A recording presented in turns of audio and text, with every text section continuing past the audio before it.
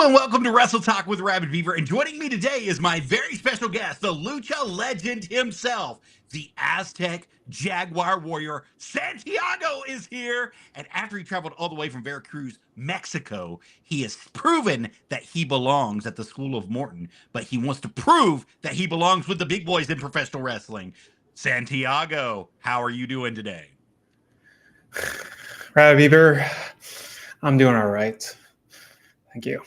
What's got you so angry today? You know, the Russians attacked me from behind in the locker room last Sunday, so I'm hoping for revenge this Sunday. So we're S1 Legacy. We're talking about the Siberian Express attacked you from behind. So you're going to be looking for revenge this Sunday in the most sadistic manner. Would that be fair to say? That would be fair to say. Absolutely. And did you get a good look at them? Are you positive it's the Russians? The Siberian Express did the attack? I'm pretty sure it was. I can see the symbols in the mask they had. I can surely tell that it was them. Do you think that they have attacked you because they see you as a weaker animal inside the food chain? Probably. It's most likely they have. Well, here's the thing, is you're a Jaguar. You're a Jaguar warrior. You're tough. You go for the heart and the jugular at all times, points and times in history. So the question becomes now, since they wanted to make a statement on you and you're looking for revenge on Sunday, what is going to take place right there?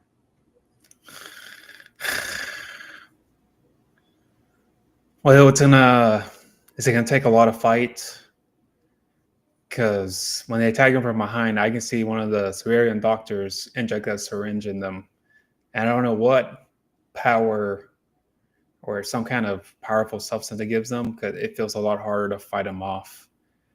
But coming this Sunday, I'm gonna claw my way to my victory. And claw your way you will. You not only crawl them, but you'll drag them all the way to the top of that tree, which we call SOM. And you'll hold their dead carcasses hostage. Is that correct, sir? That is very correct. I will do that this Sunday.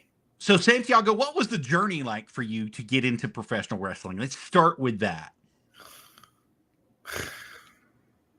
Well, I know I always wanted to do it when I was a kid.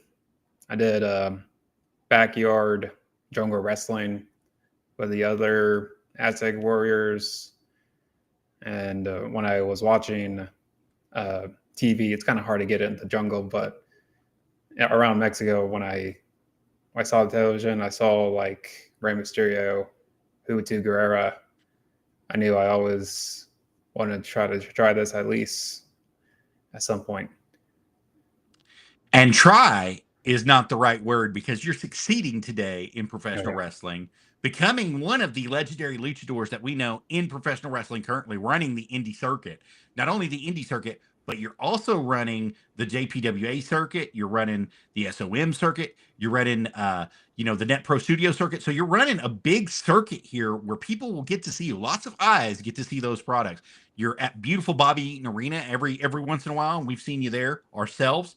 So I've got to say, for the little short time, you've made a great impression on the world of wrestling, and that's something that is hard to do. You're very, very, your character stands out. Let's say it like that. The spotlight stands out on your character. Go ahead. I've also been in American Pro Wrestling in West Virginia, and I'm in the NICW Cruiserweight Champion for National Independent Championship Wrestling. And I've been at All-Star Entertainment in Virginia too. So let's talk about the National Independent Championship Wrestling, NICW, for just a second. Let me switch over to the scene. I'll pull it up for you. So here's NICW's Facebook page, and you're currently their Cruiserweight champion. Talk a little bit about that. What's your rivalry like there? I don't think this is the right page. It's not the. Maybe you go back. It's that one. That one, definitely. I do apologize about that. Yeah, you're right. Yeah, I think last year I had me and John Heartbreak had like a history together until eventually in the Roxborough Rumble last year I finally beat him for the cruiserweight title. And then last Saturday I had to fight a man known as Red Harvest. Very dangerous man. Someone you should not have your eyes back for.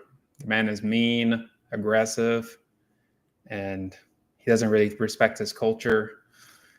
But I respect my culture as the Aztec Warrior. And I survived against him. It took all I had to pin him. And as soon as I celebrated, he attacked me from behind and gave me his DVD, and then wanted a rematch against me coming March 29th.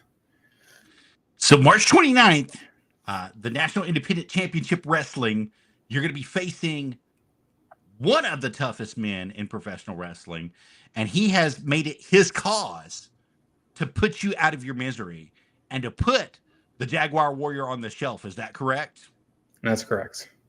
And it all stems from bitterness and jealousy. He's jealous you got the win over him, and he's been jealous that you continue to excel and get the wins over him. So he's been attacking you from behind. Yes. He did it when I won the title, and he did again when I won against him. So that's 2 times. He's made this personal with you. So you have to wonder, Santiago, if you beat him again, is he willing to take it to a different level this next time? Is he willing to try to put you on the shelf for good? Well, the only way that Red Harvest is beating me is over my dead body.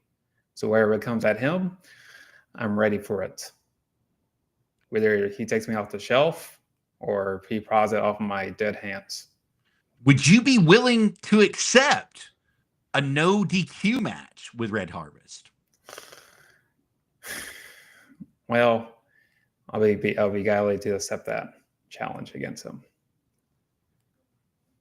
Well, moving forward, we know that you've been at the School of Morton and Legacy the last couple weeks, and you've been doing a great thing with Legacy. We've got to talk about all of that action that's been going on. Now, you haven't got a win in a couple weeks, but you've been showing that you've proven that you can fight with the big boys on that level.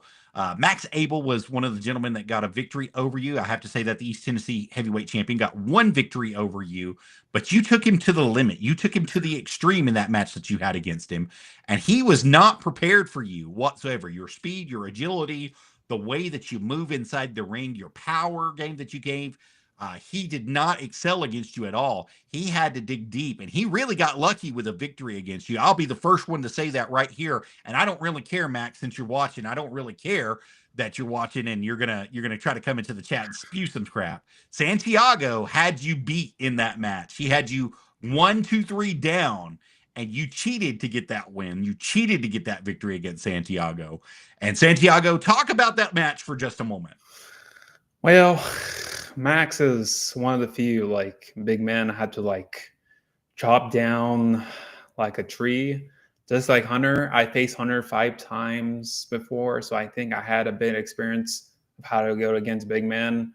But 5 hits for me is 1 hit on me because they do more damage, and I had to work my way to breaking them down until finally I use my speed to attack their legs, dodge them trying to grab me until eventually I see an opportunity and I go for it. And I almost had him. And he was working my back the entire match. And when I went to slip on the rope to give him my finisher, my back gave out and I slipped from the bottom rope for him to.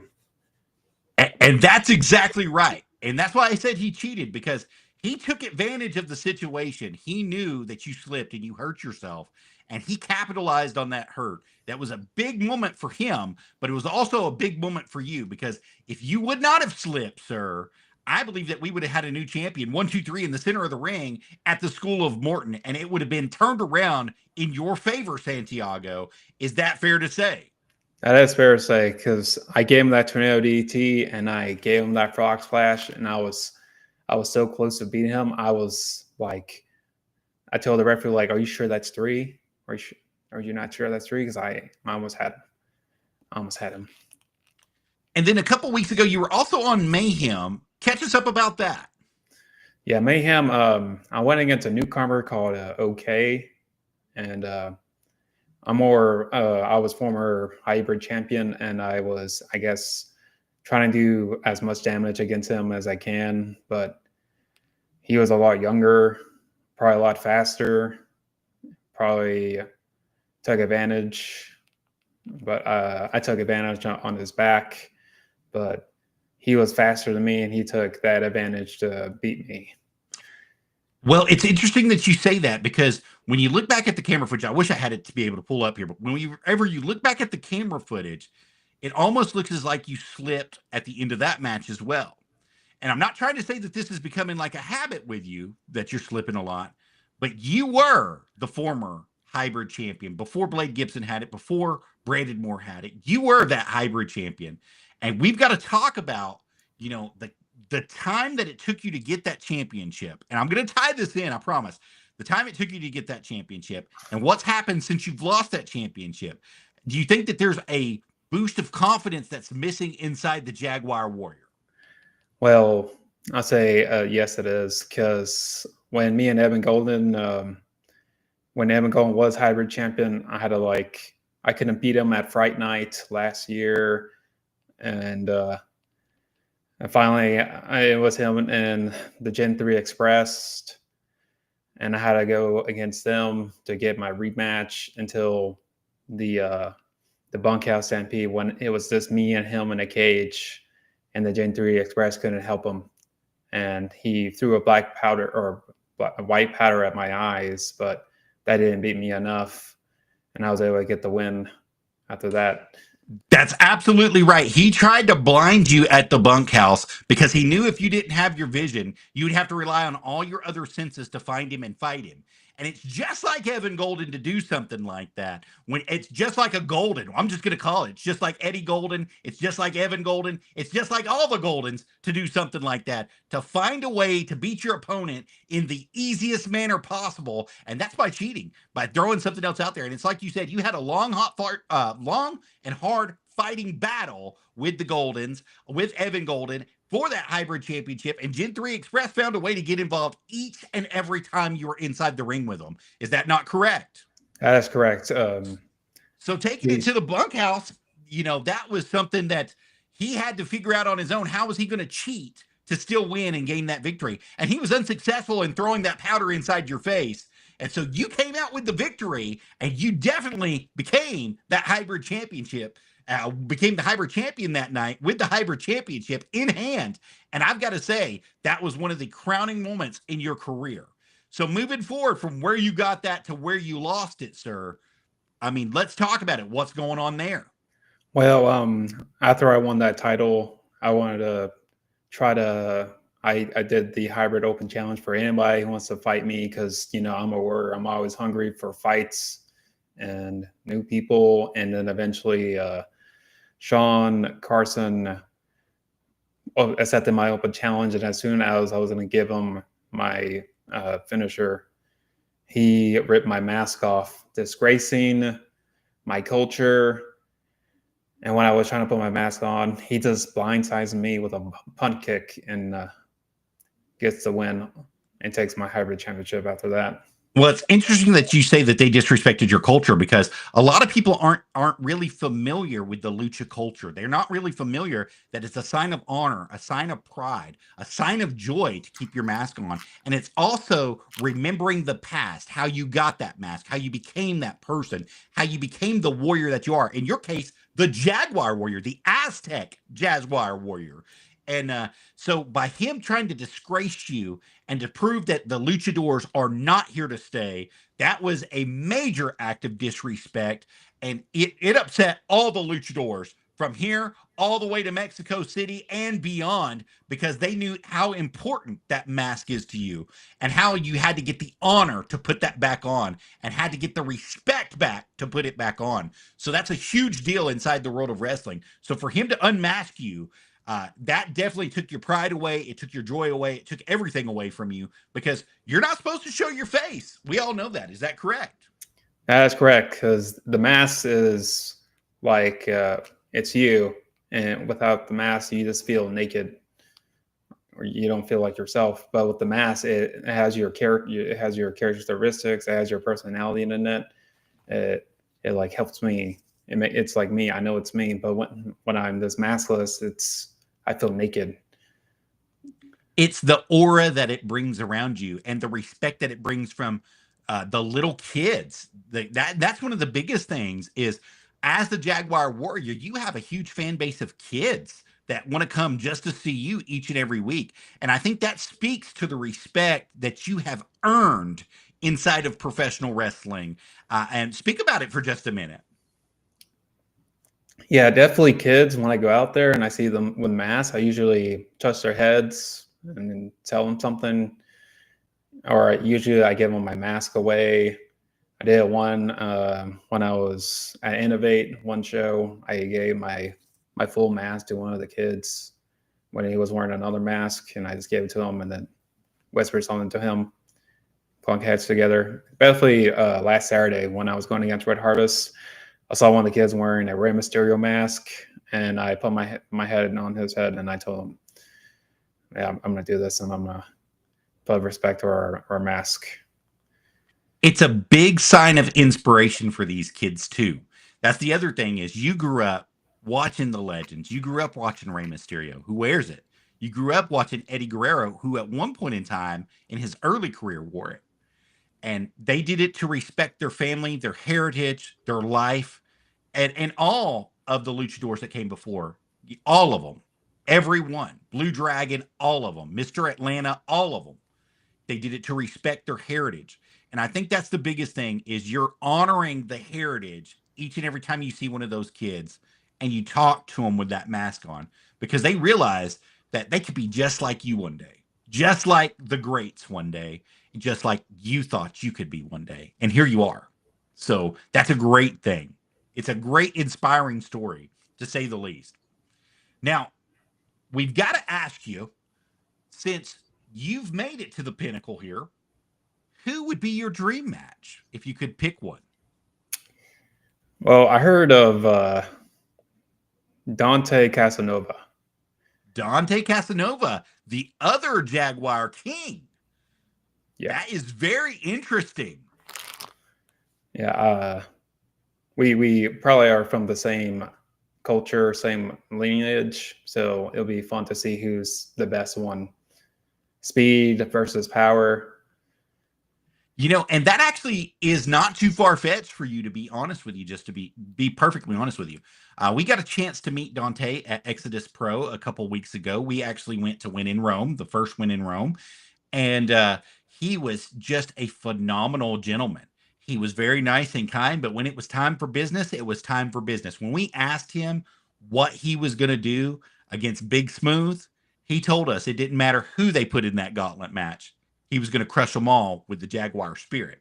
And I think that's something that you can take on as well to regain your spirit. It doesn't matter what's happened to you in your past or what's going to be happening in the future. You can always go out there with a positive attitude. And that positive attitude can lead you to the victories that are going to get you back in title contention. So I'm going to put that one out there. So you can say whatever you want about it, but I'm going to put that one out there. You go out there with that positive attitude, Santiago, and the sky is going to be the limit for you going forward. And I've got to hit this one more time because we were talking about the Russians earlier. We were talking about the Siberian Express, T90 and BMP, or Sickle and Hammer, as what my other cohort would call them. But I'm going to tell you right now, they're not nothing easy to sneeze at. They come with blunt force trauma, basically, each and every time that they're in there. And the Siberian sleep experiment is nothing to sneeze at. How are you going to avoid the Siberian sleep experience?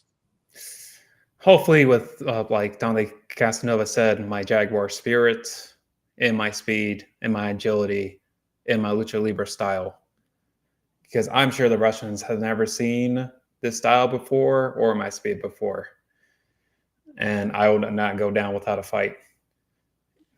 Well, you mentioned something earlier, though. You said that they got, it looked like a shot from behind of something by Dr. Victor Volkov, nonetheless, that you ended up seeing them get a shot of something. Did it look like it was radioactive to you? Does it look like it's like performance enhancing drugs? Let's just call it what it is. It seems like it's performance enhancing drugs. So do you think that that's their key to victory?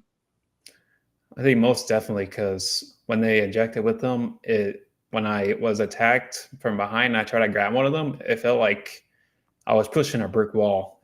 I couldn't do. I'm like, what the heck? How is this guy so strong?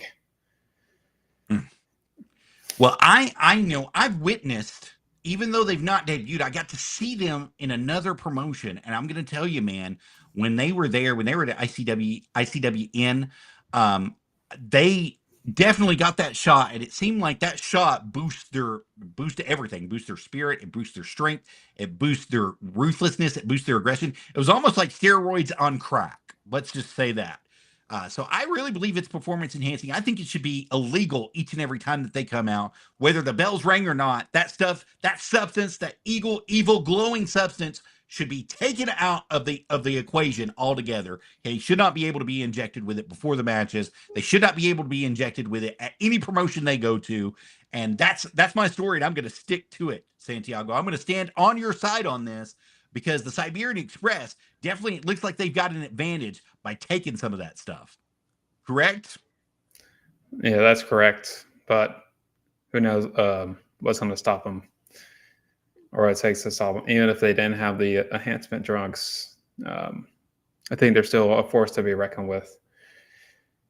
But they're more dangerous if they have that enhanced performing drugs. It seems like TKO is trying to pick a fight with you in our chat. He called you a panther, a tiger, or a meerkat, or baby kitten, or whatever you are. He said he's going to call PETA on this interview. There it is. It's popping up on the screen right now. I'm calling PETA over this interview. What do you have to say to that? Well, Josh, first of all, I'm a warrior, a Jaguar Warrior. And PETA, I think that we should really be worried about is me finding you and seeing what we can dish out, or what I can dish out on you. I don't think you need to worry about PETA. You need to be worried about calling someone else. He said, "Where is your handler? Animals need a bath and to be watched." Well, I can take care of myself. I think I can handle myself pretty good. Obviously, against Max Abel, when I almost won it against him, and then against the Siberian Express, I held my own against him. Against Red Harvest, I was able to survive against him. I'm able to manage all of it. I can handle myself because I'm the Jaguar Warrior, and I have that Jaguar spirit. I would agree with that, Mr. TKO. I would watch what you would say, even though you think that you're the savior of the universe out here and you're the baddest man on the planet. I would watch what you would say to the Jaguar Warrior, because you never know when he's lurking in the shadows and waiting to attack. And it can be very, very deadly as the Jaguar Warrior. The Aztec Jaguar Warrior would be on the hunt, and you're his prey, baby. So you better watch what you say. Watch what you wish for, because it's definitely could happen at any time. Right, Santiago? That is right.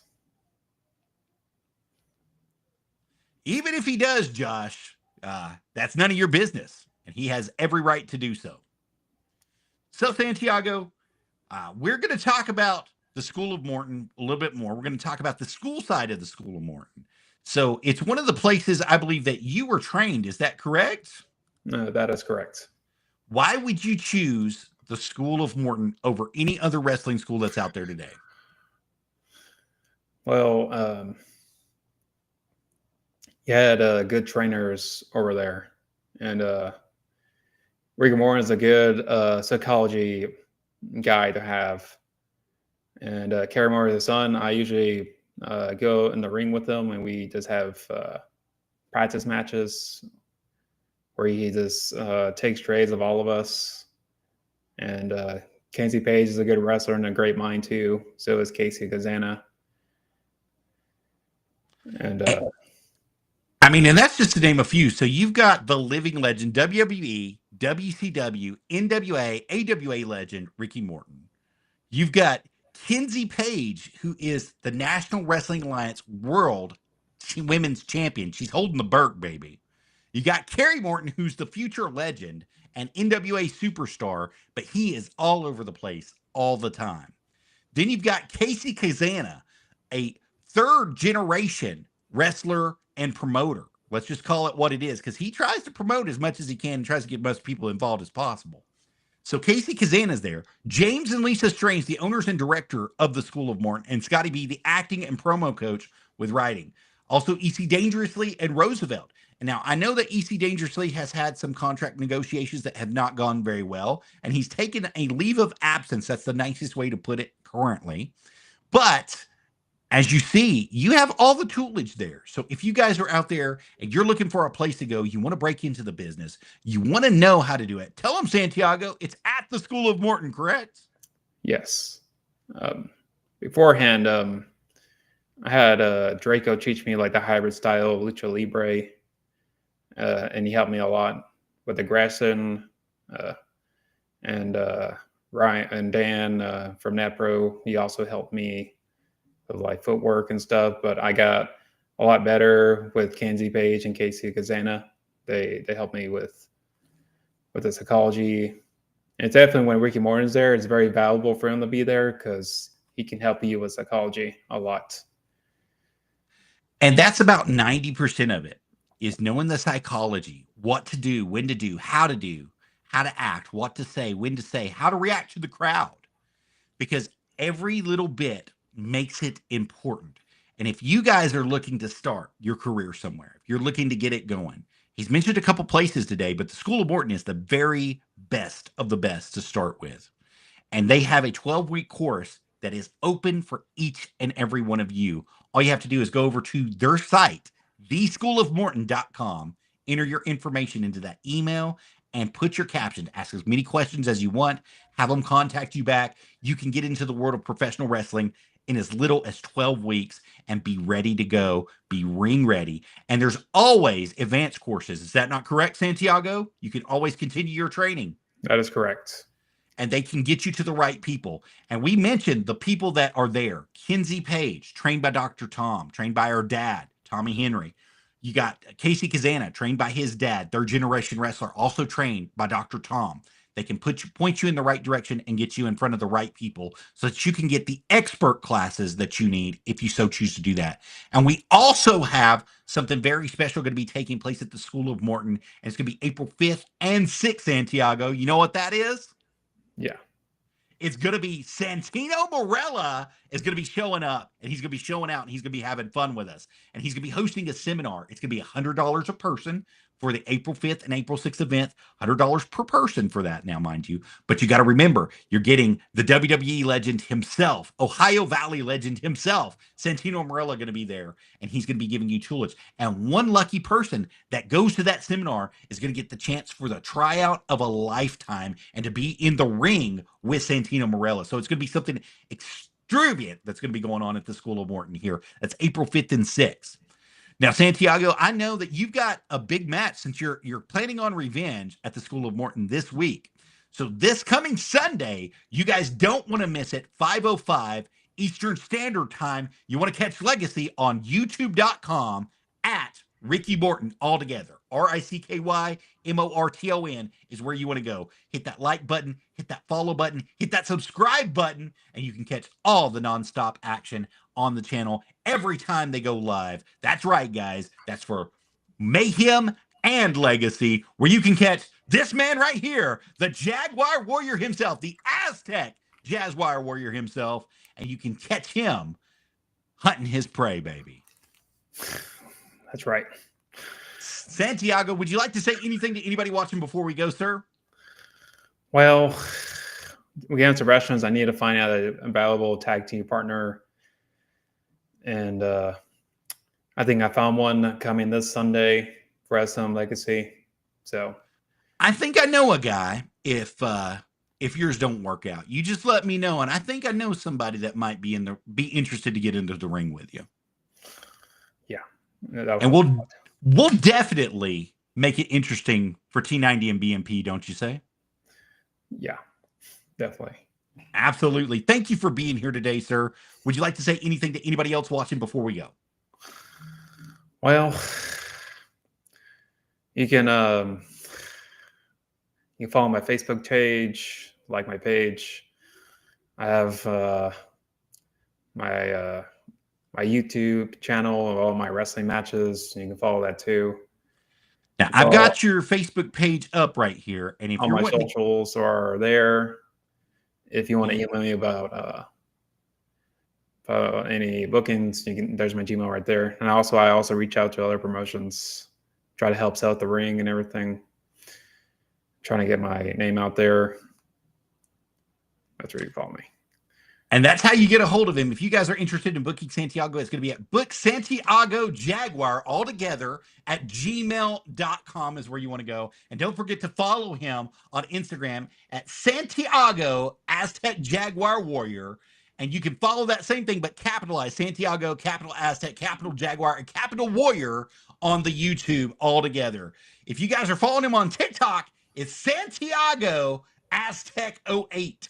And same thing with Twitter. Santiago Aztec 08 is where you want to follow him. It has every bit of his personal information up there for you guys so you can get in touch with him. You can like, you can follow, you can subscribe, you can watch his videos, you can watch his reels directly from Instagram, directly from Twitter, wherever you guys are at. And don't forget that this is the Aztec Jaguar Warrior who has laid out the challenge to the Russians, to the Siberian Express this week, but also to one Dante Casanova. Dante, you have big shoes to fill here, sir, as the two of you have some territory to mark, I should say. Is that correct? That is right. And when we go into each other, let's see who the best Jaguar Warrior wins and who has more of that fighting spirit. Absolutely. Now, before we go, Santiago, I've got to ask, would you like to come back on Wrestle Talk with me sometime and have a good time with us? Sure. Absolutely. Thank you for being here, sir. And I will see you here shortly. Yes, as you guys know, we are 100% funded by viewers just like you. And the best way to do that is to hit these QR codes for us. If you're interested in becoming a Buzzsprout Power Slam Club member for as little as $3 a month, scan that QR code right there. And you guys can be a part of the Power Slam members. Before anybody else gets it, you guys get it first as soon as it goes live. So thank you guys so much for that support that you give to us. And then also we have our merchandise that is available for you as well through streamlabs.com/Arabbidb3aver/merch. Go ahead and scan that QR code. Let it take you to our page and you can buy one of these beautiful Wrestle Talk polos that I've got hoodies available. I've got baseball shirts available. I've also got our Camel Toe Adventures merch that's available, and also our Arabbidb3aver dirty little night owl like you see right there on the screen for those of you that follow the gaming side. But thank you guys so much for that. That's going to be the great times. Santiago, the Aztec Jaguar Warrior, thank you for being here, sir. And I hope you all have a great night, and you heard it right here first on Wrestle Talk with Arabbidb3aver. Bye, guys.